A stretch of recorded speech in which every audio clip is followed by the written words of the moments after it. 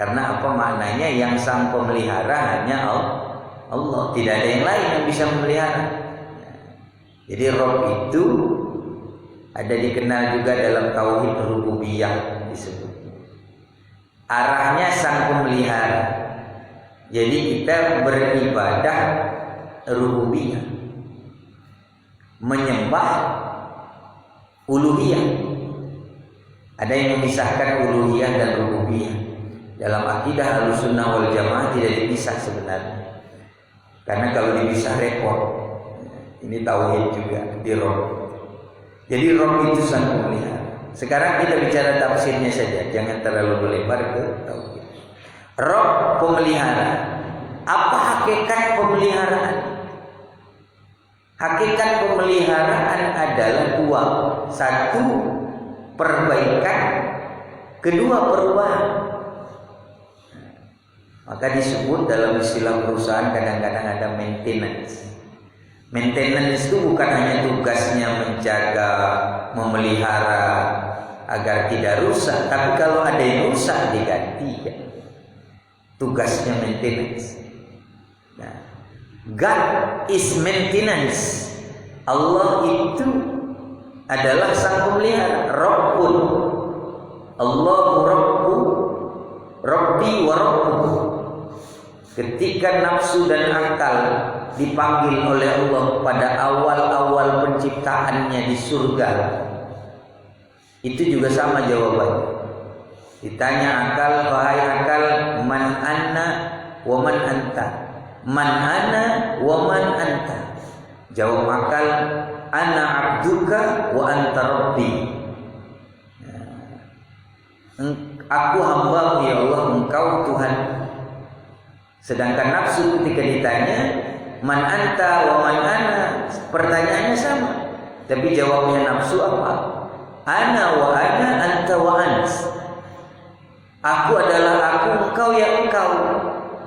Sehingga inilah nafsu dibakar di neraka agar mau taat dan tunduk. Setelah dibakar di neraka ternyata tidak tunduk juga, lalu dibakar dalam bentuk saum. Nah, itu kisahnya masyhur tentang saum. Maka arti Ramadan adalah pembakaran.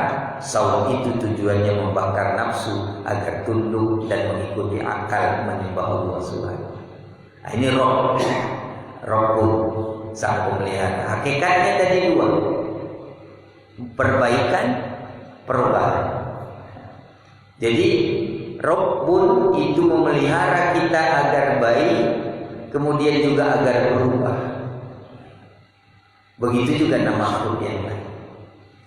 Kemudian kita sambungkan Rabbil Alamin. Apa itu alam? Ini ada dua cara baca ya. Satu alami, kedua alamain. Jadi jangan aneh nanti kalau ada orang dengar baca alamain, main. Karena ada tafsirnya alamain. Tidak hanya alami, tapi masyhurnya alami. Jadi ada cara bacanya alamain. Itu terkait dengan tafsir. Tafsir alam, apa itu alam? Alam itu kalau dalam terjemahan semesta, dunia dan seisinya.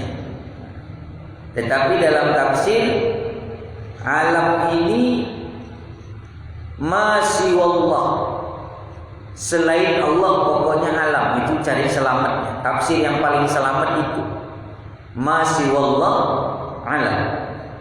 Kita urutkan dari satu-satu. Masih Allah alam.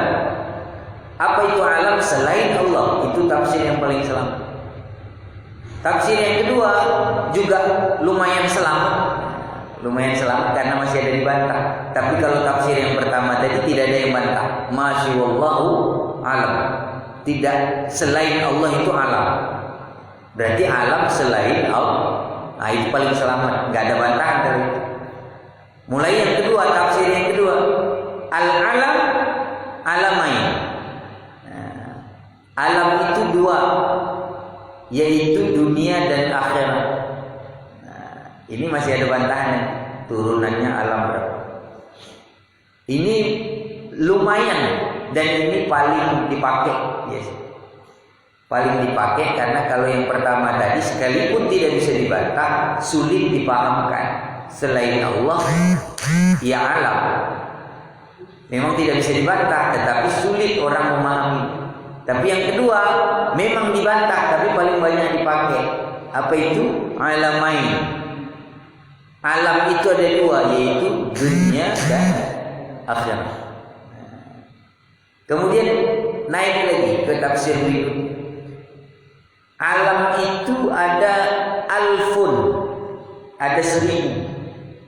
Wah, ini tafsirnya dari sahabat Umar. Alam itu ada 1000, 400 di darat, 600 di laut. Jadi alam itu ternyata ada 400 di darat, 600 di laut. Ini tafsir berikut. Ini kayaknya hampir mirip dengan memang laut itu jauh lebih luas ketimbang daratan. Dalam tafsir pun diakui seperti itu. Jadi 400 di darat, 600 di laut. Itu alam. Kebayang berapa alam. Yang di darat aja sekarang dikaji oleh teknologi, ada planet-planet. Tetapi ternyata di laut lebih lagi. Kemudian dalam kisah ini ada yang menarik, menggambarkan bahwa makhluk-makhluk itu beda-beda alam. Dalam satu kisah riwayat, Sayyidina Umar pernah ketakutan pada saat daerah Mekah dan Madinah itu tidak ada belalang. Belalang tidak ada.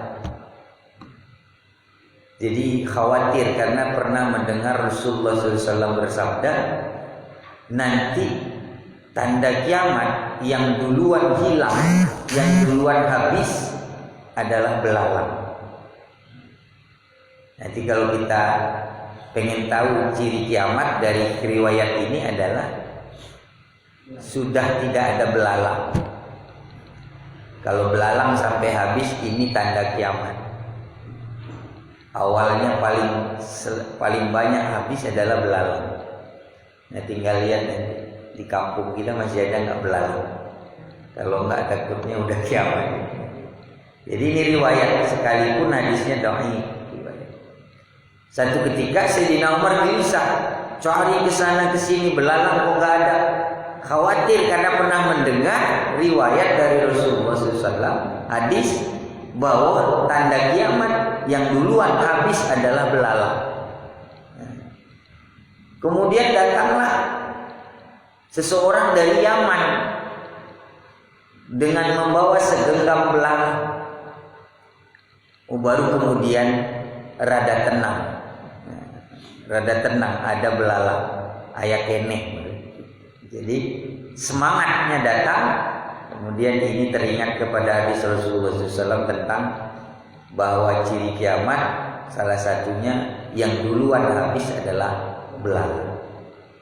Nah, ini yang mengatakan riwayat tentang ada 1000 alam. Alam itu ada 1000. Kemudian riwayat yang kedua, yang tafsir berikutnya, alam itu ada 14.000 alam. Ini dianggap satu alam 1000. Jadi satu alam 1000 makhluk lagi.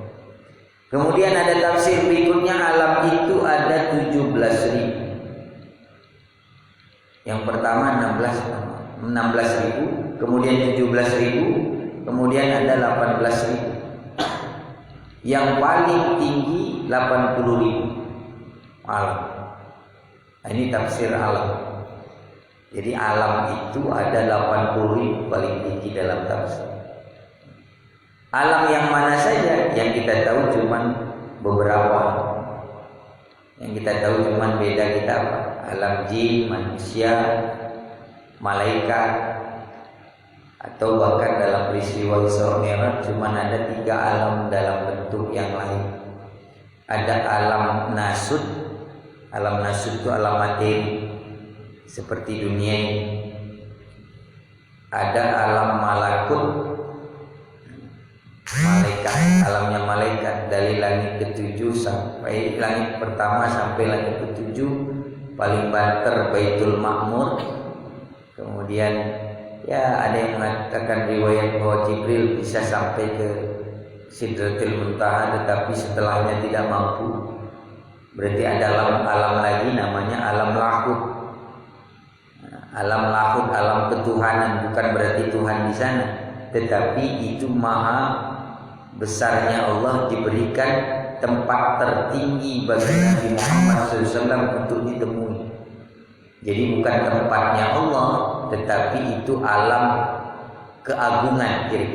Alam keagungan yang boleh masuk cuman orang-orang yang diagungkan oleh Allah, yang dimuliakan oleh Allah. Jibril saja tidak mampu tembus, dan itu namanya ada yang menyebut roh-roh mustawa. Roh-roh mustawa, ada yang menyebut arash, Ar-Rahmanu 'alal arsy istawa. Nah itu alam berbagai macam lagi. Nah ini kadang dikaji secara ilmu sains, ilmu eksak. Ada planet-planet. Ini sebenarnya hampir mendekati tafsir. Planet saja ada berapa? Belum lagi nanti dikaji bahwa kita ini di ruang dimensi yang mana. Seandainya kita menguasai dimensi alam yang berbeda, tentu saja makin hebat lagi.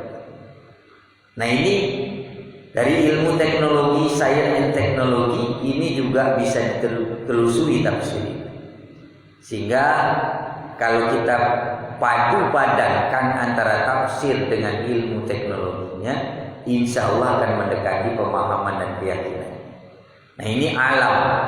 Jadi Rabbil Alamin atau Rabbil Alamain ada tafsir. Jadi secara keseluruhan Alhamdulillahirabbil alamin, segala puji bagi sang pemelihara alam, yaitu Allah. Segala puji bagi yang memelihara. Tidak boleh bagi yang lain pujian. Maka itu pengingkaran jika ada pujian terhadap makhluk. Jadi inilah yang dimaksud dengan alhamdulillah. Ada asma wa sifat. Kemudian Rabbil Alamin juga masih ada sifat. Rabb sang pemelihara itu sifat Allah pemelihara. Sehingga ketika kita berdoa selalu Rabb, Rabbu, Rabbi, Rabbana, Tuhan kami, Rabbi Tuhanku, Rabbukum Tuhan yang memeliharaku dan memeliharamu, yang memelihara kita.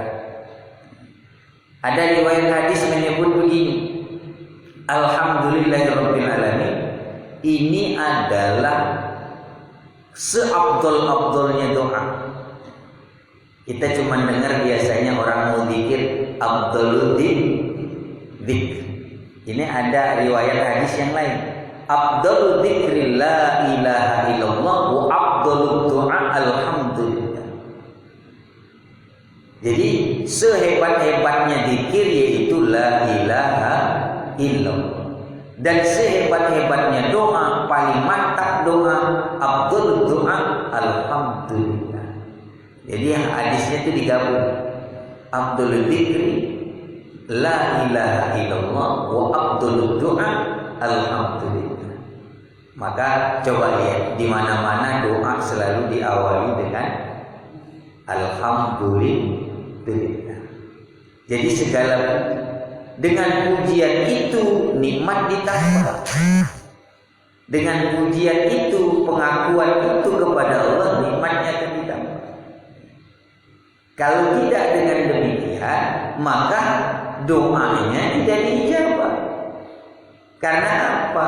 Dia menggantungkan pujian kepada selain